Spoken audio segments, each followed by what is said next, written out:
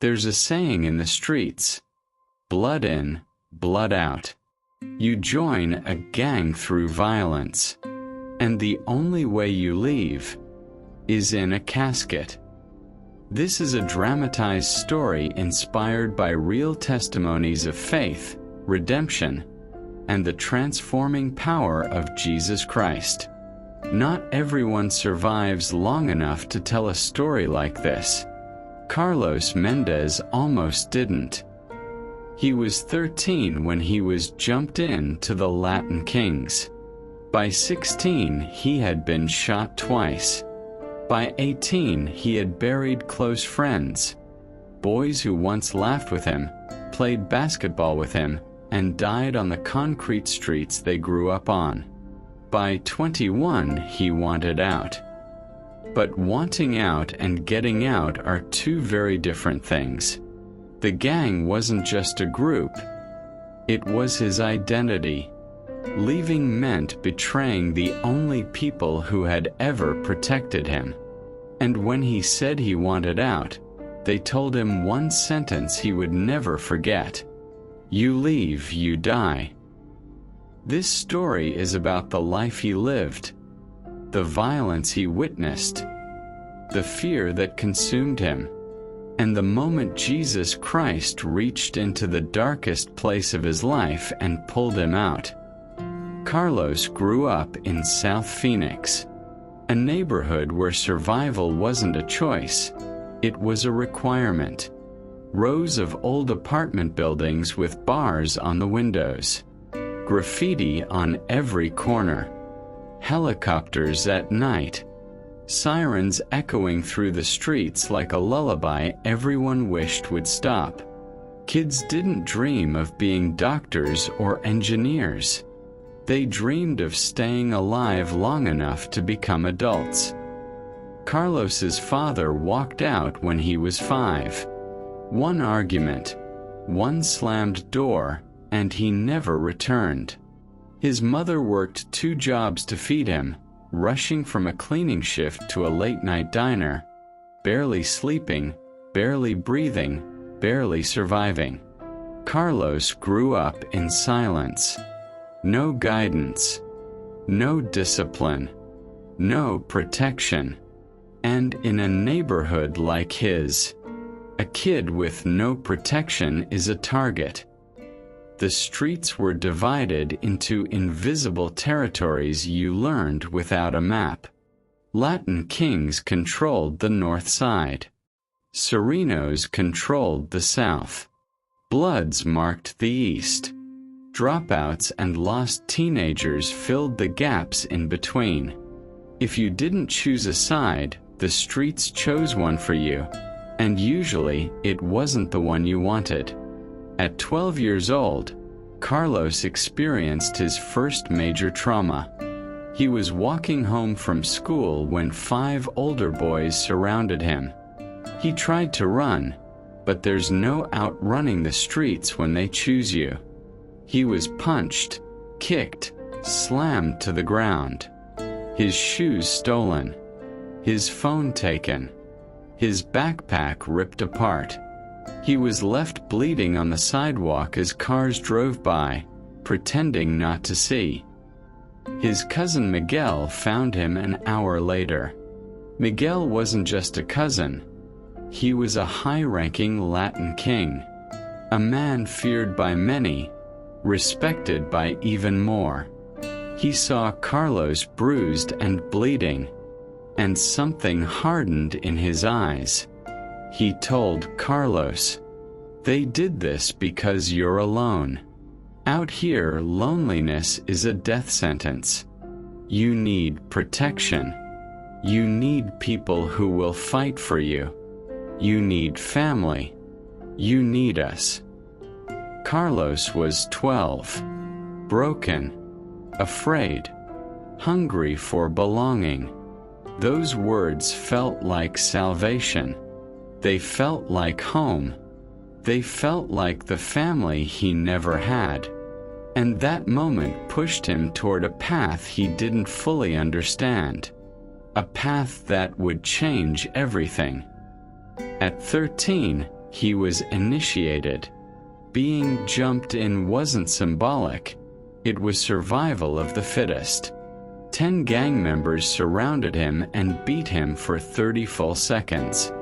Punches, kicks, knees. No defending, no fighting back, just holding on. If he collapsed, they kept going. If he got up, he was in. He stayed standing. Barely. But he stood. And for the first time in his life, he felt accepted. He felt seen. He felt like he belonged somewhere. From 13 to 16, the streets became his classroom. They taught him everything school never did. How to intimidate. How to negotiate. How to fight. How to disappear when cops rolled through. He learned how to stash drugs under old staircases. How to hide guns in abandoned yards. How to tell when someone was lying. And how to act without hesitating. In the streets, hesitation is death. Carlos wasn't naturally violent. He wasn't born angry. But the streets are excellent teachers, and they shaped him into someone he never planned to be. He watched people overdose. He saw friends get arrested. He saw a 14-year-old boy shot in the spine because he wandered into the wrong parking lot. Violence slowly became normal.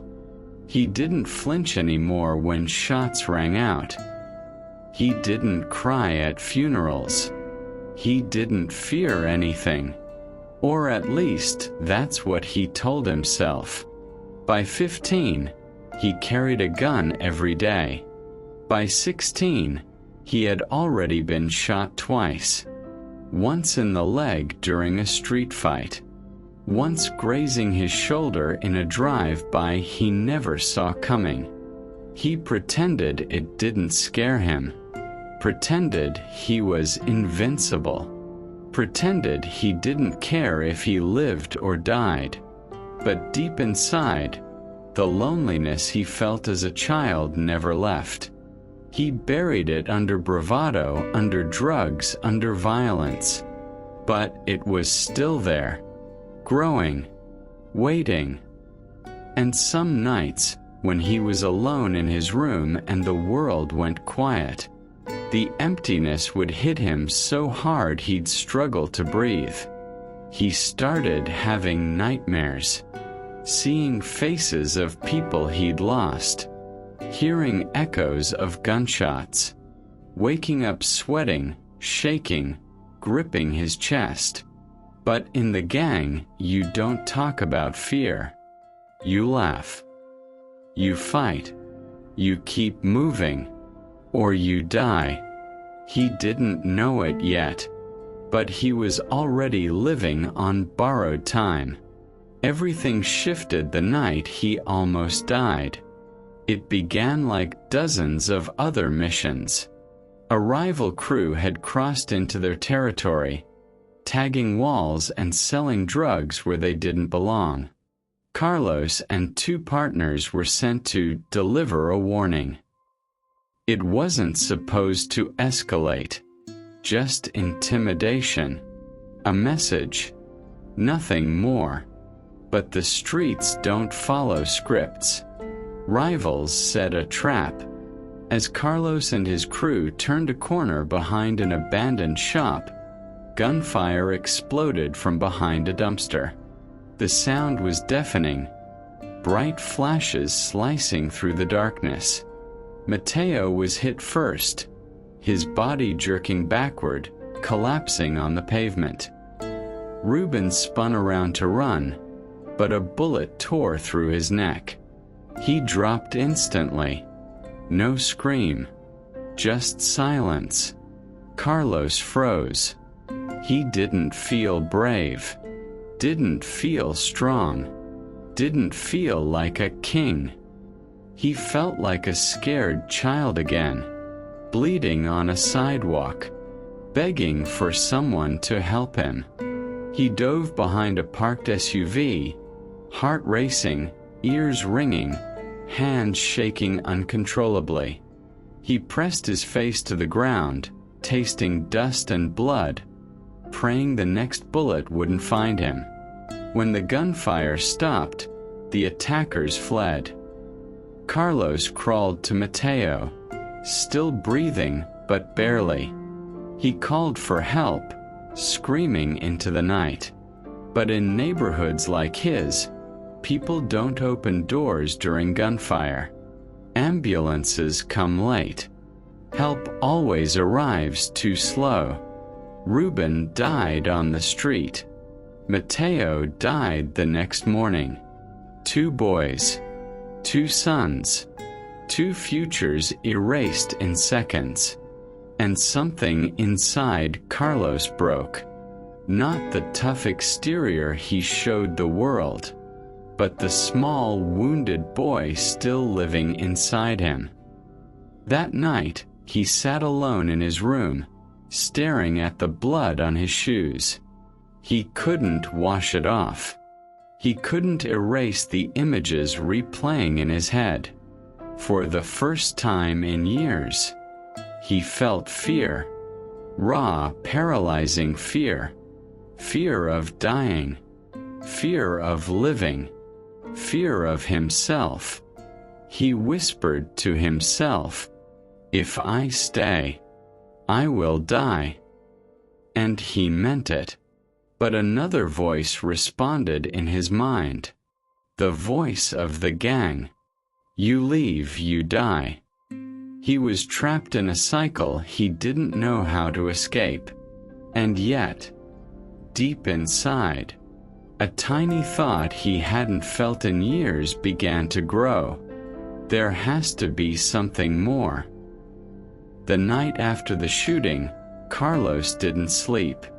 He sat on the edge of his bed, elbows on his knees, breathing shallowly, replaying the ambush over and over. The bullets, the screams, Ruben's body, Mateo's last breath. The reality hit him like a brick.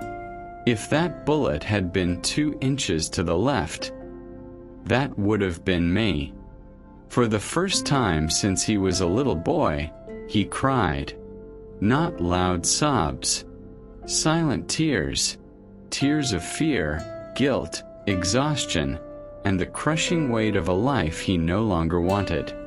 He pulled his hoodie over his head and walked outside into the cold Phoenix night. He didn't know where he was going. He just walked, block after block, past graffiti-covered walls, past liquor stores with flickering lights, past memories he wished he could erase. He eventually ended up at the front steps of a small Catholic church his grandmother used to attend. He remembered being dragged there as a child, restless and bored, never paying attention. Tonight, however, something felt different. The door was open. The lights were on. Something pulled him inside. A quiet weight. A whisper.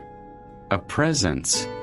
Inside, he found a man sweeping the floor, humming softly. He wasn't wearing priest robes, just jeans, boots, and a black t-shirt. But his stance immediately caught Carlos's attention. Straight back, square shoulders, arms covered in tattoos. The man looked up and said, "You must be Carlos." Carlos froze. "How do you know my name?" The man leaned on the broom, smiling gently. "Your grandmother talks about you. A lot. She's been praying for you for years." Carlos swallowed hard. He felt something heavy begin to crack inside him. The man introduced himself simply. "Call me Father Rodriguez." He wasn't what Carlos expected.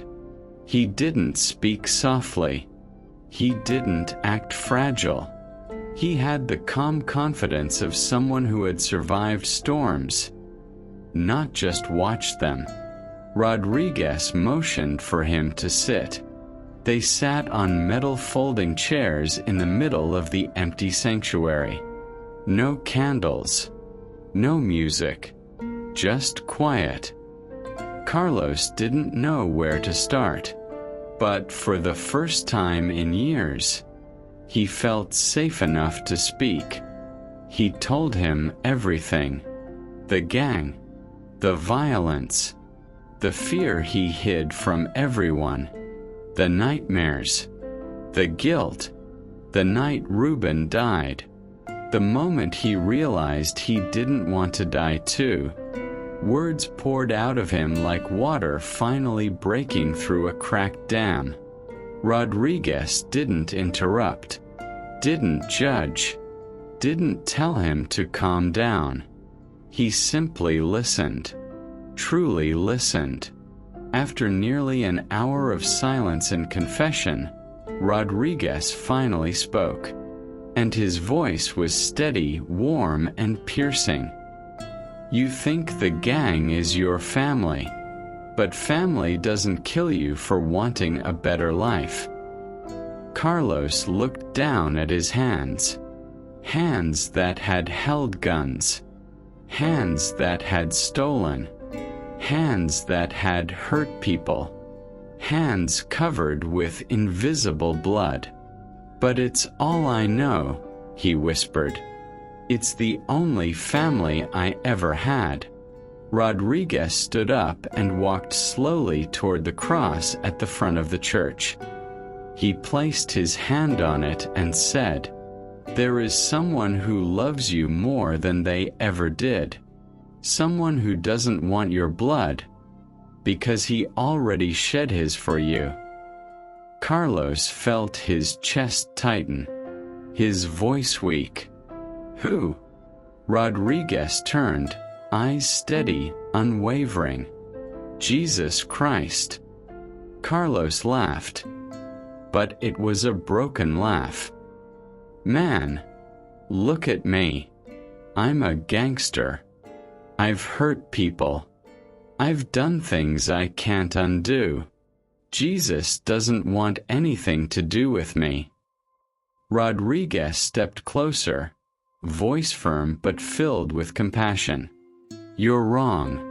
Romans 5 verse 8 says, 'While we were still sinners, Christ died for us.' Not after you fix your life. Not when you become a better man. He died for you exactly as you are." Carlos felt something he hadn't felt in years. Hope. A small flicker. Barely alive but real. Rodriguez continued speaking with the kind of authority that didn't come from religion, but from survival, from experience, from the trenches of life. "You think Jesus is looking for saints? No. He came for the broken, the rejected, the criminals, the ones society gave up on. People like you." Carlos shook his head, struggling to accept it. "I don't deserve forgiveness." Rodriguez smiled faintly. "That's the point. None of us do." He walked back to his chair and sat down across from Carlos, elbows on his knees. "You've been trying to survive on your own strength, trying to carry guilt that would crush any man. But you don't have to carry it anymore." Carlos felt tears rising again. He clenched his fists, trying to stop them. The streets taught him that crying was weakness. But in that moment, he didn't have the strength to pretend anymore. Rodriguez said, softly but firmly, "Jesus can give you a new identity. a new purpose, a new life. But you have to surrender everything. Your anger, your fear, your guilt, your past. Carlos whispered the question that had been burning inside him for years. But how? Rodriguez leaned forward. You talk to him. Right now. Right here. He's listening. Carlos stared at the ground, breathing shakily. His hands trembled. His heart raced. For a moment, he felt like the entire world went silent. And then, he knelt. Slowly, as if his legs were carrying the weight of years of pain. He knelt in the middle of that quiet church, a gangster on his knees before God. His voice cracked as he spoke. Jesus, I don't know how to pray. I don't know the right words, but I need you. Tears streamed down his face. I've done terrible things. I've hurt people. I've lived in darkness for so long. But if you really died for someone like me, then please save me. His shoulders shook as he cried. I can't do this alone anymore. I can't leave the gang alone. I can't survive alone. Jesus, I'm yours. Take my life. Make it yours. As those words left his lips, something happened inside him. Something he couldn't explain. Not fire. Not lightning. Not a vision. But peace. A peace so deep, so overwhelming. He felt like he could breathe for the first time since he was a child. The weight on his chest lifted. The emptiness inside him filled. The darkness around him broke. He stayed on his knees for several minutes, breathing slowly, crying quietly, letting the presence of God wash over him. Rodriguez placed a hand on his shoulder. Not in control, not in judgment, but in brotherhood. You are not alone anymore, he said. And you never will be again. Carlos stood up, wiping his face. For the first time in years, his eyes were clear. His mind was calm. His heart was steady. He didn't know what tomorrow would look like, only that it would be different, because Jesus had stepped into his story. After that night in the church, Carlos walked home slowly, feeling like the world looked different. The same broken sidewalks, the same streetlights flickering, the same distant sirens. But something inside him had changed. For the first time in years, he felt hope. Small, fragile, but real. The next morning, he returned to the church. He didn't even knock. Rodriguez was already awake, sipping coffee, as if he had been waiting. Without hesitation, Carlos said, I want out. I want a new life. But I don't know how to leave. Rodriguez nodded slowly. You're right. You can't leave on your own. But Jesus didn't save you to abandon you. There's a way. He explained a program, quiet, discreet, dangerous in its own way. A network of ministries that helped former gang members relocate to new states, new homes, new jobs, new identities if needed. It wasn't witness protection, but it was the closest thing people like Carlos had. You'll have to leave Phoenix, Rodriguez said. Not for a few months. For good. The words hit him harder than he expected. He would have to leave his neighborhood, leave the streets he grew up on, leave his mother, leave everything familiar. But he also knew, if he stayed, he would die. He took a deep breath. "I'll do it." Rodriguez placed a hand on his shoulder. "Before you go, you need to tell Miguel." Carlos froze. He hadn't thought that far. Leaving without telling his cousin was possible, but dangerous, deadly, a move that could spark retaliation, not just against him, but against his mother, against innocent people. No, he had to face Miguel, the man who brought him into the gang, the man who protected him, and could just as easily order his death. The next evening, he walked to the house where the kings gathered. His heart pounded so loudly he felt it in his throat.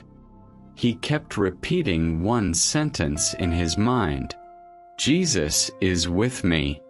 Jesus is with me." He pushed the door open. The room went silent. Miguel was sitting at the table, counting cash. He looked up slowly, his eyes sharp, cold. Carlos swallowed hard. "I need to talk to you." Miguel dismissed the others with a wave of his hand. When the room was empty, he leaned back in his chair, arms crossed. "What's going on?" he asked. Something in his tone told Carlos he already knew. Carlos spoke carefully, slowly. "I'm done. I'm leaving the kings. I'm leaving this life." Miguel didn't move, didn't blink, didn't breathe. Finally, he spoke. "You know what that means." Carlos nodded. "I know, but I'm not running from you. I'm running to something, to Jesus." Miguel let out a dark laugh. "Jesus? You think church can protect you?" Carlos shook his head. "I'm not looking for protection. I'm looking for peace. Something I never had here." Miguel's expression changed, just for a moment. A flicker of sadness, maybe regret, maybe fear of losing someone he considered a brother. Then anger returned. "You walk out that door," Miguel said. "You're dead to the kings." Carlos met his eyes. "I'd rather be dead to the kings than dead to myself." Miguel stood up slowly, fists clenched, jaw tight. Carlos braced himself for violence. But it didn't come. Instead, Miguel looked away, shook his head, and with a voice heavy, almost defeated, he said, "Get out of here." Carlos blinked in disbelief. "What?" Miguel pointed toward the door. "Go, before I change my mind." It didn't make sense. Gang rules didn't allow this. But grace sometimes breaks rules no one expects. Carlos walked out of that house alive. A miracle only Jesus could have orchestrated. Carlos didn't look back. He walked straight to the church, heart racing, legs shaking. When he told Rodriguez what happened, the priest exhaled slowly, eyes filled with gratitude. "That was God protecting you," he said. "No one leaves a gang like that." Within days, arrangements were made.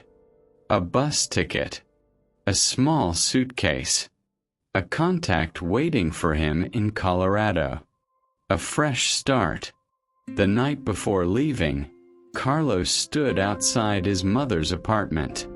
He didn't tell her everything. He just hugged her tighter than he had in years. He whispered, "Thank you for praying for me." She didn't understand everything, but she hugged him back, tears in her eyes. At the bus station, Rodriguez handed him a small wooden cross. "Whenever fear comes back," he said, "remember who saved you." Carlos nodded, gripping it tightly. The bus doors closed. The engine started. Phoenix faded behind him. And with it, his old life. Colorado was cold, quiet, different. Mountains instead of alleys. Snow instead of dust. People walking dogs at night instead of running from gunshots. He got a job in construction. Hard work. Long days. But honest. Clean. And every paycheck felt like redemption. He started going to church every Sunday. Sat in the back at first, hood up, avoiding eye contact. But little by little, the walls came down. He joined a small Bible study. He listened more than he spoke. He learned about grace. He learned about forgiveness. He learned about purpose. He learned that he was loved.